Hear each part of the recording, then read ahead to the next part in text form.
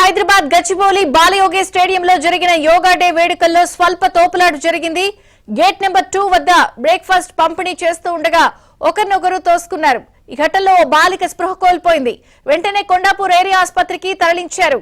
వివరాలు క్రైమ్ ప్రతినిధి ప్రవీణ్ అందిస్తారు. ప్రవీణ్, గచ్చిబౌలి జిఎంసి బాలయోగి స్టేడియంలో యోగా దినోత్సవ వేడుకల కోసం పెద్ద సంఖ్యలో ఈ రోజు నగర ప్రజలు హాజరవడం జరిగింది. అయితే యోగా డే సందర్భంగా అక్కడ యోగా పూర్తి చేసిన తర్వాత గేట్ నెంబర్ 2 వద్ద బ్రేక్ఫాస్ట్ పంపిణీ కోసం అక్కడ స్టాల్స్ ఏర్పాటు చేయడం జరిగింది.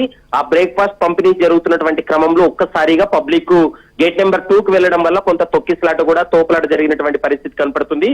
ఆ తోపులాట్లో గాంధీ హాస్పిటల్లో మెడికల్ కాలేజ్ నర్సింగ్ విద్యార్థిని కొంత ఆమె అంటే ఆ తోపులాట్లో కింద పడిపోవడం, స్పృహ కోల్పోయి కింద పడిపోవడంతో స్థానికంగా ఉన్నటువంటి కొండాపూర్ ఏరియా హాస్పిటల్ కూడా తరలించారు. ప్రస్తుతం యువతి పరిస్థితి నిలకడగా ఉందనేటువంటి అంశాన్ని అయితే మాత్రం వైద్యులు కూడా చెప్తున్నటువంటి పరిస్థితి కనపడుతుంది. అయితే ఎక్కువ సంఖ్యలో అనుకున్న దానికంటే ఎక్కువ మంది అక్కడికి రావడం వలన ఈ తొక్కిసలాట జరిగిందనేటువంటి అంశాన్ని ప్రస్తుతం పోలీసులు అయితే స్పష్టం చేస్తున్నారు.